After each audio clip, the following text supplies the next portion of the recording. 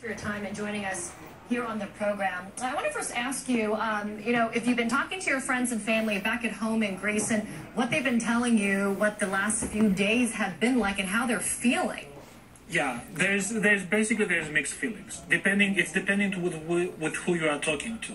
If you are talking for someone that has been unemployed for 3 years now, he doesn't see any hope in what he was believing in a couple of years ago. And if you're speaking to someone who he has a job or he's an importer of sunglasses from Italy, he cannot take out the money from his bank in order to do his job, then it's difficult. The Greeks are seeing scenes and images that they've never seen before. They're seeing people standing in lines in front of ATMs. But for the past 5 years, the people in Greece have seen also other images and scenes that it's much more worse than that. They have seen people trying to find eat through the garbage. They have seen people standing in line for a plate of food from the charities of the church. And they have seen also their kids, the sons and daughters, to leave the country for a better life abroad.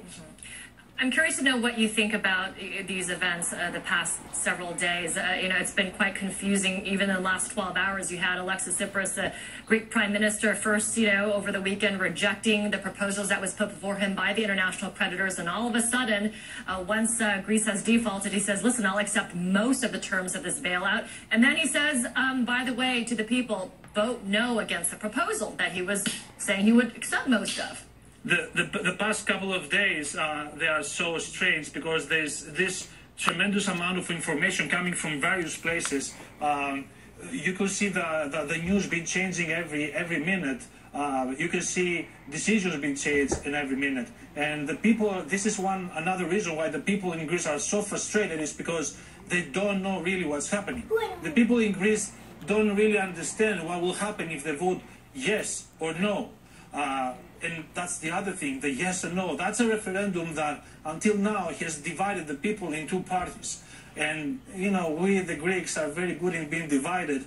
But at the same time, when things are getting tough, the Greeks can be like united, to be unified and fight the common enemy or the situation and disaster or anything that happens. Right. And as one of our greatest writers, Odysseus Elitis, said, if you take Greece apart, in the end you will be left with an olive tree, a vineyard, and a boat, which means that with those 3 items you can rebuild Greece. And this is what the Greek people will do in the end. So I'm curious to know what you think.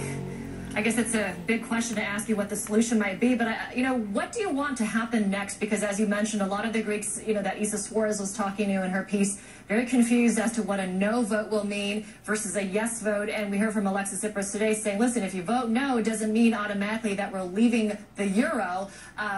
He's obviously going against what a lot of analysts believe, that this would probably lead to a Grexit if there is a no vote. And a yes vote would mean possibly more negotiations and Alexis Tsipras stepping down. If you had it your way, which way would you have it? The Greek people, I don't think that all the Greek people are seeing it this way. The Greek people are seeing the yes as the continuation of the situation that they have lived for the past 5 years. Some people are seeing it this way. Some other people might see the yes as continue being strong in the European Union and the Eurozone. Now, the government really hasn't explained what the no means. There's this generic idea that after the no, they will be back at the table of negotiations with more power. But most of the people are seeing it as a no to what they have lived and experienced for the past 5 years. It was those things that I mentioned before in the beginning, the very tough austerity measures that created all this big economical crisis. Yeah, it was a complex issue from the start, and now it's getting even more complicated. Exactly. Peter Charitopoulos, thanks so much for your perspective. It was important to get that. Appreciate your time. Thank you for having me. You're welcome. Turning now to Egypt, which now